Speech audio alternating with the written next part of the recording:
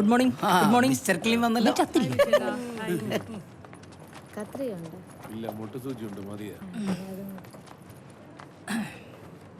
Good morning Chachaji.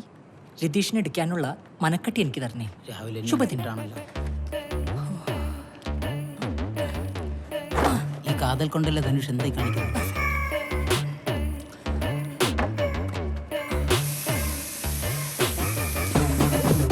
കീടനാശിനി അടിച്ചല്ലോ.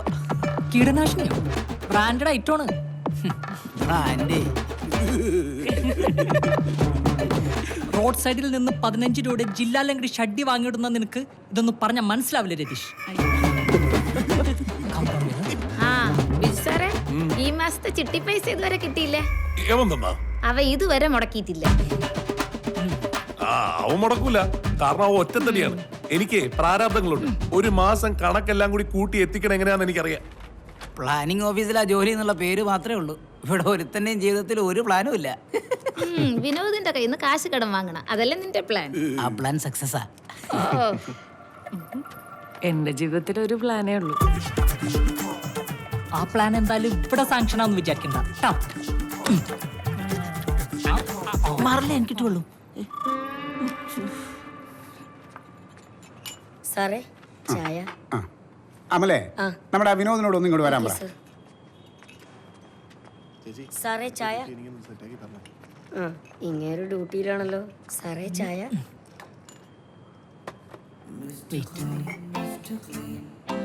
സാറേ APS sir വിളിക്കുന്നുണ്ട്. ഓക്കെ. ചായ.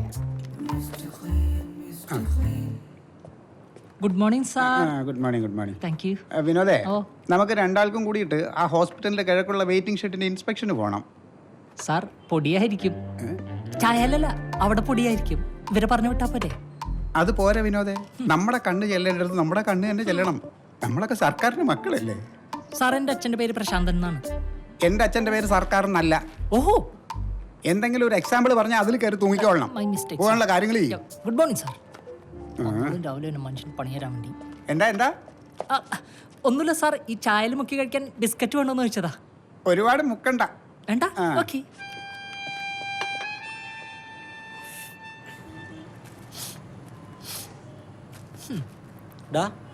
നിന്റെ ചേട്ടന്റെ റീൽ വന്നിട്ടുണ്ടല്ലോ, കണ്ടില്ലേ? ദൈവമേ, ലൈക്ക് അടിക്കട്ടെ?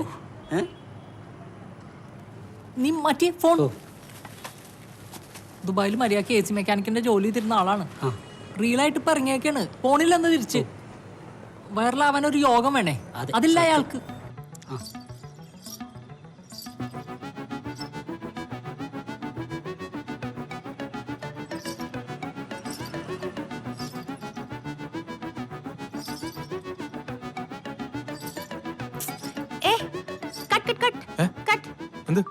ശരിയായിട്ടില്ല, നമുക്കൊന്നുകൂടെ എടുക്കാം. ശരിയല്ലേ? ഇല്ല, റീൽസ് ശരിയാക്കരുത്.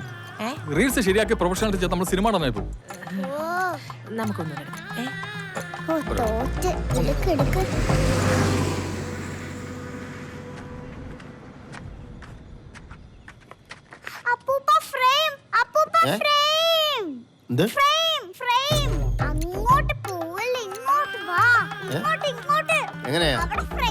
ഇങ്ങനെയാണോ ഉള്ള പണിയും കളഞ്ഞേച്ച് നടക്കുക, ബാക്കിയുള്ളവന്റെ വഴി മുടക്കാനായിട്ട്? വച്ചേ ഇവൻ എന്തോ കാണിക്കുന്നേ? എന്തോ ഇത് ക്യാമറയോ? തലയിലൊരു തിരികെയും അരയിലൊരു പട്ടുകോണാനും ചുറ്റി നിൽക്കുക. എന്നാ പിന്നെ ശരിയാക്കിട്ട് നിർത്തണുള്ളൂ. അപ്പൊ ഇത് മതിയടി, പിന്നെടുക്കാം. ശരിയായിട്ടില്ലെന്ന് ഞാൻ റൂമിൽ കാണും, അവിടെ വെച്ചാ മക്കളെ വിളി. നീ ഇവിടെ നിന്ന് അവൻ ശരിയാക്കും.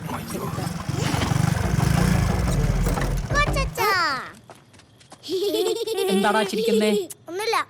ഒന്നുമില്ലേ? അപ്പൊ എന്തോണ്ടല്ലോ? അച്ഛന് കൊച്ചച്ഛനെ പേടിയല്ലേ? അപ്പൊ നിനക്ക് എന്നെ പേടിയില്ലേ? എനിക്ക് പേടിയില്ല, നമ്മുടെ ടീമല്ലേ. ആ, കൊച്ചച്ഛ, അച്ഛനെ അഭിനയിക്കാൻ അറിയത്തില്ല. ആ സത്യം നിനക്ക് മനസ്സിലായി, എന്നിട്ട് അയാൾക്ക് മനസ്സിലായിട്ടില്ല. ഇന്നെന്താ കൊണ്ടുവന്നേക്കുന്നേ? ഇന്നൊരു സ്പെഷ്യൽ സാധനമാണ്. വാ തരാം. എന്റെ നടു.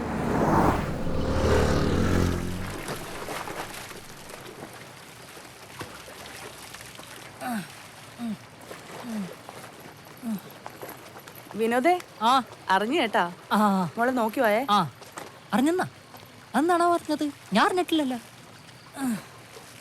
നീ അതെവിടെ ഇട്ടേക്കടാ, ഞാൻ അലക്കാം. വേണ്ട വേണ്ട, അമ്മലിക്കാലേ ചീടാണൊന്നും ചാവൂല, ഞാൻ തന്നെ അലക്കണം. അച്ഛനെന്തിനാ ലീവ് എടുക്കാൻ പറഞ്ഞത്? പെണ്ണ് കാണാൻ. ആർക്ക്? നിന്റെ അച്ഛന്റെ രണ്ടാം കെട്ടിന്. അല്ല പിന്നെ അമ്മ ഓക്കെയാണോ? അവന്റെ ഒരു വർത്താനം. സദ്യയൊക്കെ ഉണ്ടാവോ?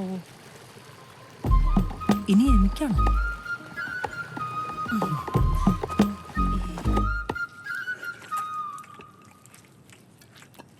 കേട്ടോടാ, ആ പെണ്ണിൻ്റെ അച്ഛൻ്റെ ഫോൺ വന്നിരുന്നു.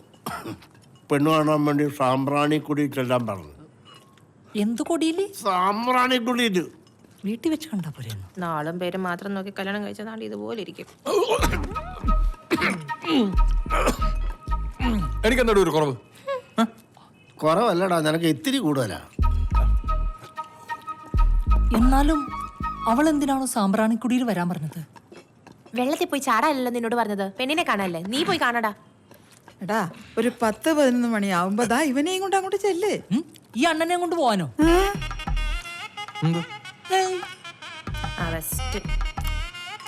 അതെടി ചേട്ടാ, അവൻ്റെ കൂടെ എന്താ കുഴപ്പം? ഒരു കുഴപ്പമില്ല. നിന്റെ അച്ഛൻ എന്നെ പെണ്ണ് കാണാൻ വന്ന് അച്ഛന്റെ ചേട്ടനെയും കൊണ്ടാ. കണ്ടപ്പോ തന്നെ എന്നെ കെട്ടിക്കോളാൻ പറഞ്ഞു. കേൾക്കാം അങ്ങോട്ട്. അങ്ങേർക്ക് ഇത്രയും വൈരാഗ്യമുണ്ടെന്ന് എനിക്ക് ഇപ്പോഴാണ് മനസ്സിലായത്. അച്ഛാ, എന്താ വല്യച്ഛന്റെ മരണം ഒരു സ്വാഭാവിക മരണം തന്നെയാണോ? I have some doubts, tell me.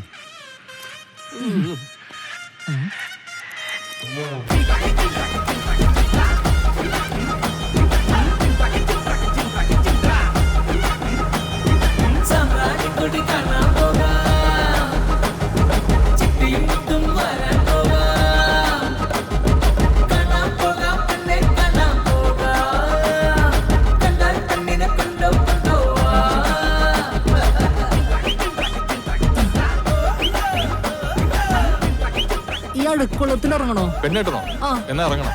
Okay. ഈ അഴുക്കുള്ളത്തിൽ ഒഴുക്കില്ലെന്ന് കേട്ടിട്ടില്ലേ? അങ്ങനെയുണ്ടോ? പിന്നെ ഇറങ്ങ.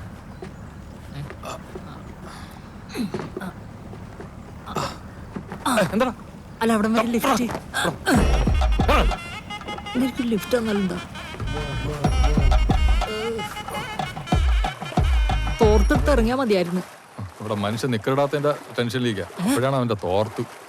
നിന്റെ പെണ്ണ് കാണാൻ നടുകായൽ വെച്ചാണെങ്കിൽ നിന്റെ ഫസ്റ്റ് നൈറ്റ് നടക്കടൽ വെച്ച് ആവോടെ. അണ്ണ, ഇതിനാണ് ഡെസ്റ്റിനേഷൻ പെണ്ണ് കാണൽ എന്ന് പറയുന്നത്. എന്തോ ഡെസ്റ്റിനേഷൻ പെണ്ണ് കാണൽ? അതെങ്ങനെയാണ്? തന്തവൈപിള്ളേരൊക്കെ പിടിച്ച് വെള്ളത്തിലിറക്കി എന്നെ പറഞ്ഞാൽ മതിയല്ലോ. നീ അവളെ വിളി. ഹായ് രജിത.